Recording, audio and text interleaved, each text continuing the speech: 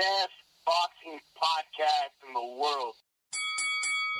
Hold the cops on a mission to be champs since they let me free. Prepare for combat, my adversaries crumble.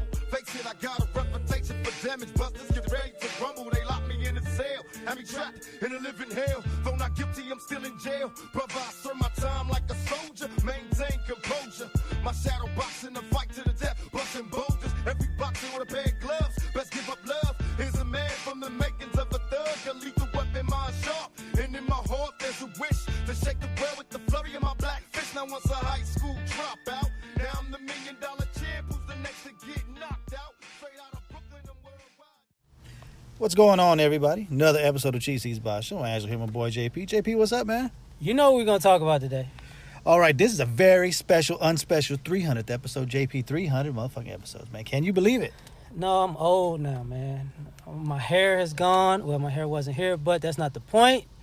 You know, my beard is great, but I don't have it. That's not the point. It's great, though. It's fun, man. I was still in my 30s when we started this thing. That's how long ago that shit was. First things first, follow us on Twitter, Cheap Seats Box, iTunes, Apple Podcasts, rate, review. You'll be the next unofficial sponsor. I didn't have any this week, but I appreciate everybody who has been doing it recently. Keep that up. UK listeners, go ahead, do it. And just hit me up on Twitter and let me know that you did it. And I'll make you the unofficial sponsor. I check it sporadically, not as often, because I got to do a little thing to change to the UK store. So if you guys do it in the UK, let me know. I'll shout you guys out. Follow us on all the platforms. Subscribe to the YouTube page. Hey, we're on Spotify. All that good shit. JP, we skipped a week. I mean, I guess we could talk about it. We'll talk about it real quick. You picked Pedraza. I picked Beltran. Pedraza gets the win. What'd you see, man? Woo! I just saw a younger fighter take his moment. It looks like he learned from the competition he lost to. He was able to capitalize against a fighter who I thought it was coming, you know, his reign was coming to an end. You know, good performance, because it wasn't like it was competitive, but at the same time, it's like he won. Mm-hmm. You know, he won. There's no, so he took it, and congratulations to him. Where we go from here is the question. Well, I think it's a Loma fight. Yeah. I'm glad he won. I don't know. I think to me that's a more appealing matchup, I guess, just for the youth. Pedraza's not totally young or anything like that, but he's not at the end like Pedraza was. Beltran was. So to me, that's a more intriguing fight. So when if that happens, if and when it happens, we know it's going to. That to me was a better matchup. I got one wrong. I got another one wrong. I've been getting them wrong lately. There wasn't much to take from it. But while we were gone, there was something crazy that happened. Now, I'll be honest. First of all, I didn't even know there was a fight on that night on FS1. And I still don't even know the guy's name who did this. But old boy walks out. Ding, ding. I'm good. I'm out of here. Have you ever seen anybody walk out of the ring like that? I mean, I have now. I'm sure that'll be a movie scene at some point, somewhere. You know, that was interesting. Especially, you know, he was acting like he was really ready to fight when the camera was on him. He's like, yeah, warmed up, I'm ready. Ding, ding, I'm out of here. I ain't got time for this. Like, oh, my God. And I know people say, you know, fans didn't get their money's worth. Yeah, actually you did. Mm-hmm. Hey, you've never seen that before in boxing. You've never seen, no, you got to see something. You can be the fan that says, on this night, I watched the only fighter in boxing history just walk out of the ring. Mm-hmm. That was ridiculous, but it was hilarious. Yeah, that's the thing. Yeah, you got your money's worth, because that's the one memorable thing. If he would have got knocked out in 15 seconds, you wouldn't really remember that as much as you'll be. And people were like, I don't even remember that fight. But when you say, remember that fight that dude just walked out as the bell rang? Everybody, oh, yeah, I was there. I was like that, too, when I went and watched wrestling and fucking Mike Tyson showed up and him and Steve Austin got into it, man. I was like, man, this is the greatest thing I've ever seen. You know, it was like if it had just been an regular old wrestling show, it wouldn't have been the same. But you got to see old Iron Mike. It was memorable. You knew as soon as you saw it. money is definitely an issue with this one. You knew it was. I don't care who was right, who's wrong. It had nothing to do with that. But there was no doubt that money was the issue. Maybe so. But I'm pretty sure you knew how much money you was getting before you walked in there. And I'm pretty sure you didn't get paid for walking out like that. Oh, no. So he'll never work in this town again. I mean, well, the good thing for him is it didn't look like he actually worked that hard getting in shape. you can see that. You can see that. He did a whole 17 push-ups and sit-ups in camp. He just like, I'm ready. I mean, if it's about the money and you feel like you're getting screwed, ultimately, I look at it like, look, you say it's about the money. I say the money was a good excuse to back out and say you scared. Because if you wanted more money, you could have knocked him out on national TV and you'd have got more money in the next fight. That's what other fighters have been doing historically. But you looked across the ring, okay, I'll show you. I'm out of here. Yeah, I ain't putting up with this bullshit no more. It's been a dead week, guys. Last week, Ryan Garcia fought. I'm sure 18 million people watched on Facebook. I don't even read into any of the numbers. I didn't even see any of the numbers that came out of this one. I just remember the first one, the JoJo fight. And it was like 4 million people seen it at some point. And not really. Just because if you scroll down your page and it was there for 3 seconds, then that was counted as a view. And definitely. Yeah. All it showed was Ryan Garcia got a long way to go. What is he, 19? Yeah. But I tell you this, my son was watching it, all right? Because I told you, that's where Garcia is hitting the mark, because my son could give a shit less. He's watched one fight with me. We watched Ortiz and Wilder earlier this year. But, man, he loves him some Ryan Garcia because he's on Instagram. And he's like, man, I like this guy. Heard him on a podcast. It's like, oh, yeah. And I'll say this, for a stream, because I've watched some of them Showtime streams on YouTube, and you'll see 8, 6, sometimes 10, maybe 12,000 people watching it, which is a good view for a stream. When I looked over there, it was at 63,000. Oh, he live watching it at that particular moment. He's got his niche. Yes, and that's. Ryan Garcia makes me proud of fighters, young fighters, understanding and working promotion and marketing. Because on the low, there are a lot of young fighters from 18 to 22, 24 who you can probably see a lot of star potential in. And they're using this social media to the fullest. So I'm glad that these guys are figuring out new ways to market themselves, because ultimately it gets them more money on the back end. Mm-hmm. Because it's like, look, man, I got this many followers. Without your promotion, I got this many views. I'm bringing this amount of ads. Because they get to work analytics on their own now. Mm-hmm. And the only bad thing is, don't get too involved with social media to the point where you lose interest on your craft, because you get knocked out, it all goes away like that. Well, then you're just Adrian Broner. Yeah, I mean, yeah. Well, at least he was 4 titles, 4 in before he did it. Don't lose. Well, he was already fucking up before that. He just matched well. Yeah, exactly. And people can shit on it, but this is the future. Yes. This is the future way of marketing yourself, especially if you got to count on yourself to do a lot of it. Look, I didn't watch any of the fight. YouTubers, right? Yeah. But from all the things I've seen, they raked in the fucking money. They did it very well. I think 8 figures each, right? Somewhere around there. I think I heard 10 million each. At least one of them got 10. I know that. That was the word coming out of this. Like I said, I don't know the ins and outs, but it's like this. It doesn't matter. They made millions. Yeah. That's all that matters. They made millions, sold millions. Their weigh-in, you saw the picture at the weigh-in. There was more people at that than pretty much every other fight I've seen besides Mayweather and Pacquiao weigh in. Because what? He's from England. I have no idea. I don't know who I these think guys are. Yeah, KSI I think is from England. Logan Paul is from here. His if I'm not mistaken, his brother was like a Disney actor, and that's how he got into that part. They both can't fight for shit, but you know, well, Paul looked actually, he looked like he got some hands.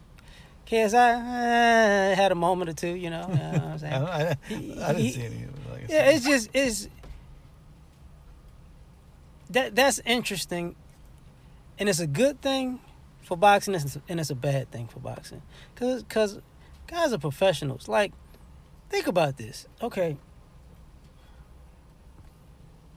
that's like 5 YouTubers saying, we got a beef with these other 5.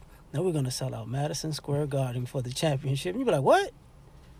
You are not finna. No, you don't get more money than LeBron James for what the hell you just did.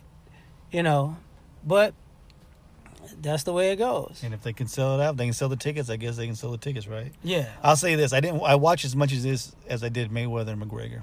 I watched the exact amount of time of that fight as I did this fight. But at least these two guys making their debut weren't fighting for the fucking title against, or not even the title, but fighting against the pound for pound king. It wasn't no damn debut because they had headgears on. Well, it's still their debut. No. Their debut. No. Well, Hell no. Well, let's be honest. It's Mayweather punching you with his brittle hands. It wasn't hurting him. I take Mayweather punching people. I got to pause real quick. Yeah. All right. But anyway, it's whatever. Headgear for them, it counts. Yeah, hey, they had Michael Buffer. It was fucking real to me. And he costs. He ain't cheap. No, I think it's $1 million a pop. So but YouTube back that. That's the other thing about it. That's a good thing for future, because YouTube has expanded, but it actually only pushes certain people. It actually get. So I wouldn't be surprised in the future if YouTube becomes an extra platform for boxing.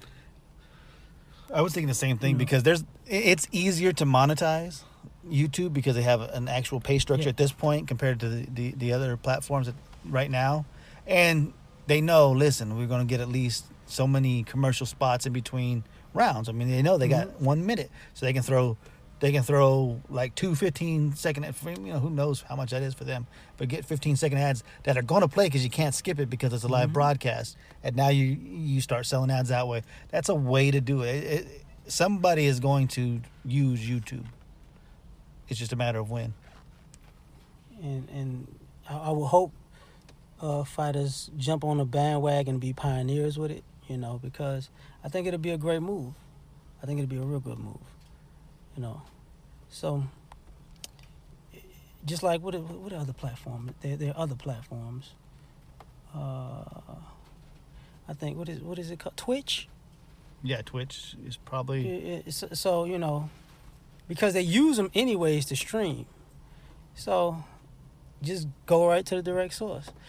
You see, we care about you fighters making a little change, man. We keep coming up with these great ideas. Man, come on now. You gonna pay us though. We sick of this. We sick of this. All right, this weekend is the matchup between Sean Porter, Danny Garcia for the vacant WBC welterweight belt. JP, how are you excited? Are you for this fight? I like it. Actually, I like it. We got loudmouth dad versus calm but street dad, and the fighters are kind of similar in a sense, but more aggressive Porter, more laid back Danny. So it's like role reversal in the ring. But I always like a fight with Sean Porter though, because he's gonna come. So I expect it to be a good fight, but I expect people thinking about it. I think this is gonna be one of those fights people start talking about. Did you hear about what happened in that damn fight? Because I don't know if people gonna watch it or not. But I'm gonna check it out. Well, Danny Garcia is not in exciting fights. Really, he's not. The performance against Matisse, everybody remembers, but what do you remember about that fight against Keith Thurman? There's really no highlights of that fight. There's no highlights with him and Guerrero where he won the title from fucking Guerrero. However that fucking happened, I'll never know. Nobody even remembers the fight against what's his name when he lost that he didn't lose, but he did lose. Saga? No. Yeah, Mauricio Herrera, right? Not Mauricio. Yeah. And you just don't remember. You remember the knockout of Khan. You remember the knockout of Morales, but his fights just to me just aren't memorable. He's very plodding because he doesn't move very fast. I think that Porter's going to muck this up really bad, and you're going to see a lot of smothering of work. It's going to be ugly. It'll be competitive, though. That's the one thing. It's a competitive, good, decent fight. It's not a great fight. Anybody who tells you it's a great fight is fucking lying. I've been reading all this shit on Twitter, and I may get deeper into this, but just because they use the thing, it's top 5. I don't even know if I consider both of them top 5 welterweights, but it's top 5 welterweights fighting. How excited were you for fucking Dillian White and Joseph Parker? Those were 2 top 5 heavyweights. Yeah, exactly. To me, this is the exact same thing. And I told you, I made the correlation back then.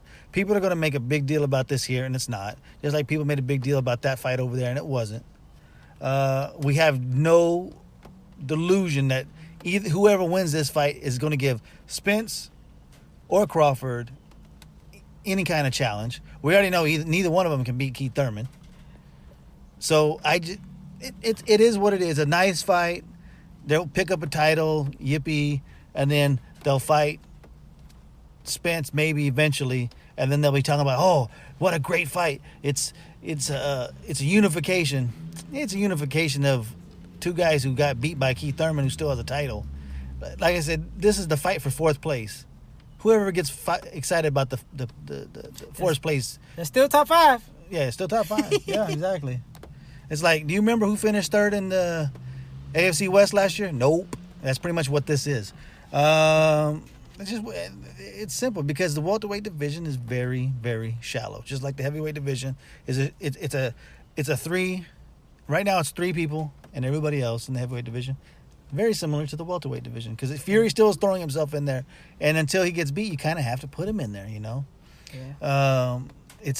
It's Thurman because he's beaten both of these guys. It's Spence because he looks to be the goods, and it's Crawford because of the talent. And then it's everybody else. And I don't think either one of these guys are even competitive. I would much rather see Mikey Garcia versus Spence than Danny Garcia. I think I could make an argument how Mikey Garcia could beat Spence. I can't make an argument how Danny Garcia beats Spence. Because his skill-wise, he just doesn't have it. Power-wise, he doesn't have it. There's nothing he would check off that's even a little bit better. I'm going to stick to the fight, but I'm going to go off first. That's what bothered me about this fight, was that they decided to basically scrap the Garcia-Spence fight. Like it couldn't happen. I'm like, that fight would have made this fight actually more exciting. Because it's like, do y'all realize, okay, whoever wins this fight will fight the winner of Mikey and Errol. Okay, now it makes it interesting. Because we don't expect Thurman to come back anytime this millennia. So, I mean, but you scrap that fight, now it's like, okay, what are you doing? Because Thurman's going to be out. We don't know if y'all going to be able to get Crawford. And if Spence can't fight Garcia, how can Spence fight any one of y'all? You get what I'm saying? So, like, I think that part added to it made it a problem. You know, as far as the fight goes, the reason I think it's going to be interesting because of the smothering. Because Danny's got that no-look hook. He's always had it. He can catch you with it. And plus, he throws nice, sharp hooks, like the short ones, though. So, and sometimes it's not really infighting, but his range, in a way, makes it kind of infighting. So, he can get hit in the middle of he can hit Porter in the middle of the smothering. But I still think he's slow on his feet. So, and I don't think Porter has a problem getting hit. To be perfectly honest, like he don't have you gonna rock him, but he gonna keep coming. So, because I'm gonna go with Porter on winning because I think his feet are faster, and he can catch him in corner or more. He gonna have to take some shots though. He gonna literally have to take some shots, and I wouldn't be surprised if he get buckled or dropped. So that's just my prediction on it. Well, it's better to look ugly and win than to look pretty and lose, right? Hey. And that is Porter's motto, pretty much for the way he fights, the style he fights. I like I said, I said this at the beginning. I didn't think that Garcia's foot speed is going to allow him to get out of the way of being smothered, which means it's going to be fought mostly. I would think going into it on Sean Porter's terms. Yeah. Garcia hasn't shown anything at 147. That bird is killing me. It sounds like a goddamn pterodactyl. But he hasn't shown me anything at 147 that showed me that he's going to be able to hurt or make Porter slow down. He may even catch him and stun him a little bit, but it doesn't really detract Thurman from doing Porter from doing what he wants to do. And I think it's going to be an ugly fight. It'll be, what do you score more, the more clean-looking shots landed by Garcia or the ugly roughhouse tactics of Sean Porter? And I think there's going to be a lot more ugly than clean. And I'm with you. I think Porter, well, let's see. Danny Garcia tends to get these fucking decisions. But I think he's going to earn the decision. We'll see if he actually gets it. We'll see. Yeah. Because if I'm not mistaken, didn't he get one card a draw on the Thurman fight? And I thought Thurman won 9 rounds of that fight. He might have. I mean, I thought he won almost all that fight until the very end when he took his foot off the gas. I thought after the second round, Thurman was just, it's mine. And then finally, about the last 2 rounds, he backs off of it.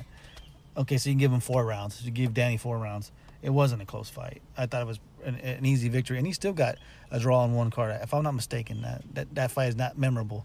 So forgive me if I got that wrong. But he tends to get the decisions. Will he get this one? I hope not. I hope it goes the way it's. Even if he should win, then I hope he gets a decision. But the way that I see it, I think Porter will do enough, and hopefully he gets the decision. We shall see. That's for sure. The rest of the card's not very good. Ugas is on there on the eliminator. I guess to be the mandatory for the winner of this fight. I think that's put in to be a walkover. The rest of the card, I don't give a shit about Charles Martin coming back. And the chicks fighting underneath, I don't have no idea who they are. Forgive me. On HBO. Yeah, HBO. They still do fights. What? Who knew? Superfly 3. And just like every other trilogy, the third movie is the worst. Because this is probably the poorest Superfly card yet. No Sorung Vasai, no Chocolatito. No Quadras who had been on both of them. Nietes is on this one. He was on the last one. And Estrada. But Estrada facing fairly unknown Felipe, what is it? Oracuta? Whatever the fuck it is. He's a guy who is long and tall for the division.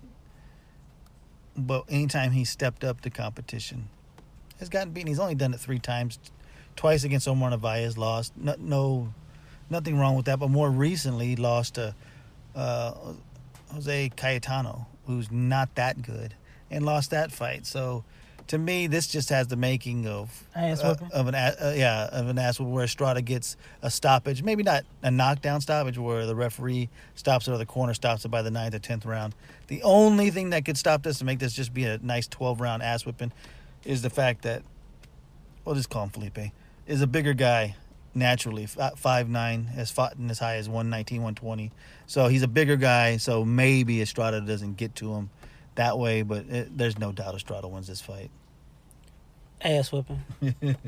Good competition, but good competition that's gonna get hurt. I mean, once he gets past the not necessarily the height, it's the reach. Yeah.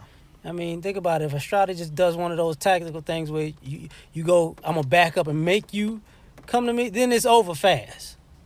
You know, he could work his way in there and just be in his mid-range game and kind of keep, you know, Felipe, you know, at bay.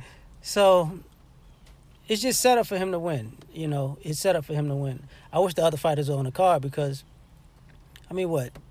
September, like next month, Inoue is fighting, I think. And Rungvisai is fighting next month. I have no fucking idea. I think so, like October 8th or something like that. Oh, that's October 9th. 2 months.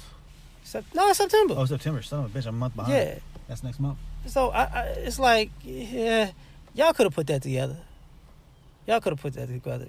Yeah, well, maybe the budget cuts didn't allow the money to be in this card compared to the last couple cards. I don't know. Maybe. I mean, you know. Well, I mean, Chocolatito is fighting on the undercard of Triple G and Canelo. Make your money, man. Yeah. Make your money, man. How bad is that? He's the fourth fight. He's the first fight of the night on the pay-per-view. Who's ahead of him? Oh, fuck, was it Spike O'Sullivan and Lemieux and who's the other one? Why can I not remember? Why can I not remember? I know it. It's right there. Oh, gee. Oh, fuck it. Who gives a shit right now? We'll talk about that fight next week. Yeah. When it's time. But like I said, the third installment, like Hangover 3, terrible. Taken 3, terrible. Godfather 3, terrible.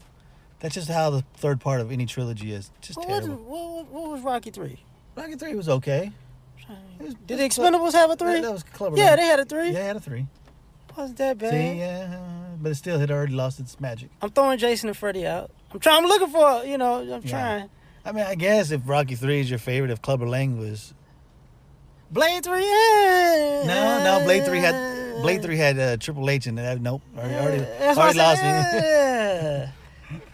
Yeah, okay, I get. I'm trying. Yeah. I'm trying. Superfly 3 will be no. Beverly Hills Cop 3, nope. No. Yeah, Beverly Hills Cop 3 terrible. Damn. Was that the one at the amusement park? Yep. Yeah. I think. Lethal Weapon 3. Lethal Weapon 3 not bad, not awful. Die Hard 3. Which one was that? Samuel L. Shit, I gotta remember because it's 37 Die Hard. I think that was Samuel L. Yeah, that one was pretty good. Well, this is going to be more on the line of Hangover 3. Okay? Same story, but it's not as exciting. Donnie Nietes fighting on the undercard, moving up, fighting for a vacant belt. I already forgot the opponent. See how good that opponent was? I forgot his ass too. That's because it's designed for a fucking for walkover him to for win. Nietes to get another title at another weight division, people. Right. That's what it is. See how prepared we are? This is how exciting the 300th episode is. This is the kind of work and the kind of effort we put in for you guys. And I hope you guys appreciate that. It's pretty terrible. Well, you know, we're like the rest of America. We're good at mediocre. Maybe the best. And let's be honest. I put in as much effort as you guys did giving us fucking rates and reviews. So, you know, it kind of goes hand in hand. You give me a rate and review, you pump me up, man. I'm ready to do a show. I'm doing fucking research. But let's be honest. These fights were not worth researching. They're all walkovers. Besides the Porter Garcia fight this weekend, they're all walkovers. Amir Khan's fighting. Yeah. Samuel Vargas.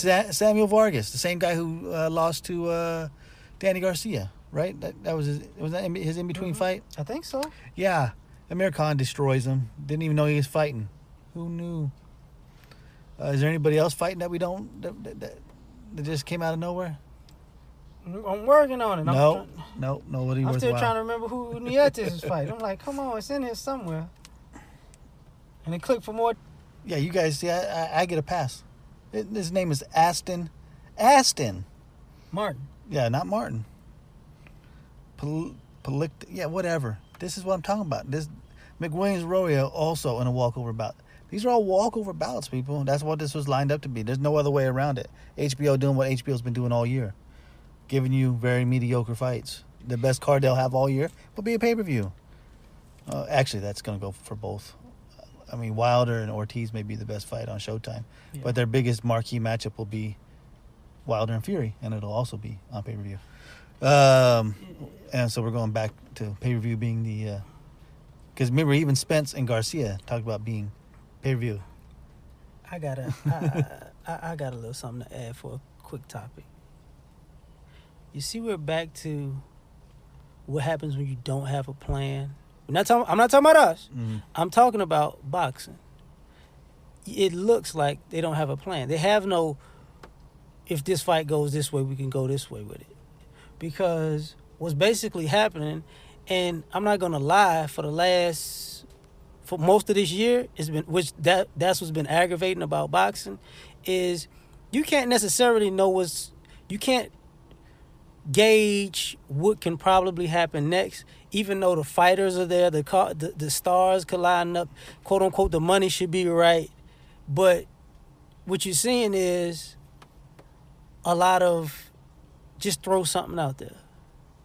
And then you throw enough out there, maybe something sticks. But if you throw enough out there and people get lulled to sleep, and then you're like, oh, we put together this big event, and we happy again. But then it's like you keep throwing just stuff out there. This is the thing about the bouts you're talking about. Like, sometimes it makes you like, come on, man. Like, and we've talked about this before. You can't have so many fighters in their prime at the same time willing to go up in weight and down in weight, or just be in the same division, who just don't fight each other and put it off. I'm gonna put it off.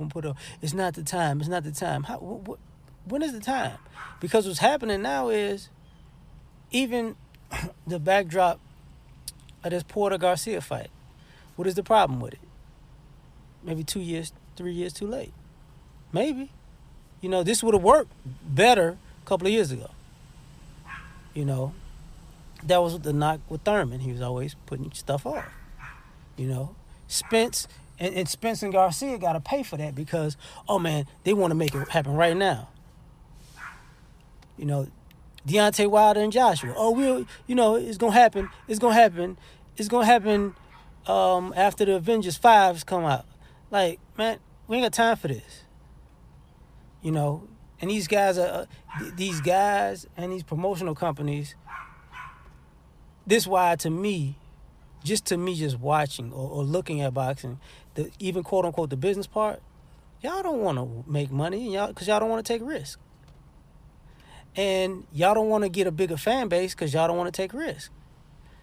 And you don't want to be great because you don't want to take risk. So, to watch an industry of fighters who say, I'm not scared of anybody, I'll fight anybody, anytime, anywhere. And when names come up, oh, you know what, we're going to wait another year, another 2 years, another 17 years, I'll wait till the kids graduate high school with my kids, and then we're going to set it up. It's like, and I've said this before, it's like, what was that damn group, Justin Timberlake? It's like an NSYNC reunion tour. Nobody give a damn, because it took too long, and that's bothersome. Just as a fan, that's bothersome. That's why we're so excited about even Fury fighting Wilder. Hey, let's get this, let's go, let's get it, let's go. We was excited about, even though it didn't happen, Briggs trolling Klitschko all those times. And then when that Klitschko had that fight, I told my calf walking off the plane. That shit is bothersome. I got in a car accident. Did you? Okay, you got in a car accident, but what the hell is going on? Huh? What you mean? What you know what I mean, goddammit. What's going on? It's to say the least, it's unprofessional. Yeah, you get a lot of fuckery. You're getting a lot of one-offs. That's what we're really getting in, is a lot of one-offs. And it doesn't feel like anything going anywhere, like you were saying. Like, that was the one exciting thing, even though the fight was horrendous, was the Tyson Fury fight, was that you knew it was leaning to something. Like, right. Wilder was there. We know we're going to get something. They paid it off. They got in the ring. They talked shit to each other. And it looks like it's going to happen in November. Who knows? It's Tyson Fury. Let's not until that shit's ready to go. You know, you never know. But at least there was some excitement there. You know, even Spence, who seemed to be getting the from possible opponents, kind of did the same thing recently. You know, when Crawford is tweeting out and they're going back and forth a little bit, because I want the winner of Spence versus the winner of, you know, when he fights the winner of Porter and Garcia, and Spence just quickly says, not going to happen. Why? Now, in fairness, if you have to be fair about this. When it was Thurman and Porter and Garcia being hesitant when the name Spence was brought up, and you say, well, it looked like they want to duck him, you have to say the same about Spence, because when Crawford literally says, I want next, and you say not going to happen, well, why not? And this is the whole pattern. Even a fighter who looks to be on the verge of greatness in Spence, you see a little chink in the armor of his willingness to be great. Yeah. Now, that doesn't mean they're not going to fight, nothing like that, but it does throw doubts in there, you know? You've never seen Crawford say, I don't know if I'll fight him. Crawford wants to fight everybody. If they say, Crawford, you could have the winner of Canelo and Triple G, he's going to take it. I have no doubt about that. That's just Crawford's makeup. Even Lomachenko doesn't have all that, because when they talk about, hey, you won't go up to 140 to fight Manny. Nope, I won't fight. If I fight Manny, it has to be at 135. Well, you're saying I don't want that fight. And he did it before, even though he beat Rigo, he did it before. It was like, well, he said, you want the best fighters? You want to take Rigo? Oh, not right now. And then he waited a couple of years, and then, oh, he's the best. Like, yeah, you did it too. Like, everybody's doing this shit, and it's aggravating, you know, because on the fighter end, I'm waiting for him to get old until I see a chink in the armor. Well, don't give me the line about I want to be the best and fight the best, because you don't want to fight them when they're at their best. You want the best name you can get. Say that's what it is. And on the flip side about that, oh, I'm in it for the money. How you in it for the money when we constantly see these fighters skip over bigger fighters who can generate more money for, you know, smaller fighters? It's like, is it really about the money? Because we could, as fans, it's excusable if you say, okay, he took that fight, but he made millions of dollars. So could he have made that fighting the guy that we want him to fight? No. But these guys are taking pay cuts to get away with not fighting people. I'm not feeling it. All right, we'll cut it off there. Yeah, I know, guys. It's that time of the year. It's well, at least next week we'll have a probably a lengthy breakdown of Triple G and Canelo. Plus, we get to review a real review of these fights. But 300 episodes, JP. I mean, I remember when we hit like 50, and it was like, God damn, that's a lot. And then 100, and like, holy shit. And I think last year, didn't I do for the 250th? Didn't I replay the first episode, which was horrendous? But great predictions in that fight. On that first ever show, predicted was Canelo versus Mayweather. What was also predicted was who was it? I think we were the Schwammies of I boxing. think it was. I want to say it was Cotto and who did he lose? Austin Trout. I think we predicted that. Because you predicted that Trout will win. He's like, this is a tough fight for Cotto. I mean, we were so even in our shitty days, we were predicting because we went through we went around all the bullshit. But we appreciate everybody who's been listening. I'm sure there's nobody out there who's heard all 300. I'd almost guarantee you that. We haven't heard all 300. Because I know how many people listened to the first show. So I know. Well, now that people have listened to that show, maybe there's a couple people out there who haven't listened to all 300 since I had re-put it out there. Shit, almost 6 years in, man. Damn. Yeah. I spent less time in college. But we appreciate everybody. Go ahead, follow the show on Twitter at Cheap Seats Box, and also on YouTube. Email us, cheapseatsboxing@gmail.com, questions, comments, anything like that. Leave a rating review on iTunes. You'll be next unofficial sponsor. Go ahead, help us out. 300 episodes, guys. I think we deserve at least 3 new rating reviews. If you've been one of them guys who listen, and I know there's thousands who listen every week, and you haven't yet, just go in there, give 5 stars. You don't have to do a long, drawn-out thing. It just helps the show stay noticeable, stay where we're at. We're always on that first page when people type in boxing on iTunes, the biggest podcast platform of them all. We thank y'all. Ow, I'm hurting. Forget that. Let's go big. 300 rating reviews for the 300 episode. Forget that would be phenomenal.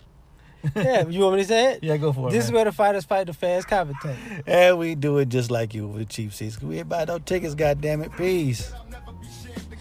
Again, I'll be the next heavyweight champion.